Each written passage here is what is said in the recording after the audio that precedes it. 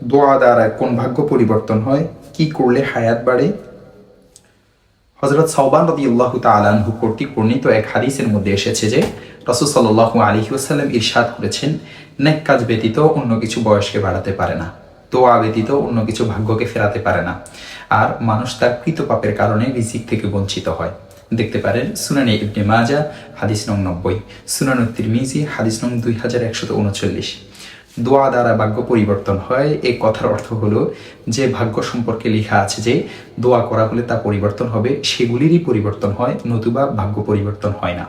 তদ্রূপ বয়স বাড়ার ক্ষেত্র ব্যাখ্যা এই যে যদি মহান আল্লাহ রাব্বুল আলামিনের পক্ষ থেকে এরূপ লেখা থাকে যে অমুক নেক আমল করলে বয়স বৃদ্ধি পাবে, সেক্ষেত্রে সেই নেক আমল করার দ্বারায় তার বয়স বৃদ্ধি পায়, কিংবা এখানে বয়স বৃদ্ধি পাওয়ার দ্বারায় বয়সের মধ্যে বরকত হওয়ার কথা বোঝানো হয়েছে, নেক আমল দ্বারায় জিন্দিগির সময়তে বরকত হয়ে থাকে।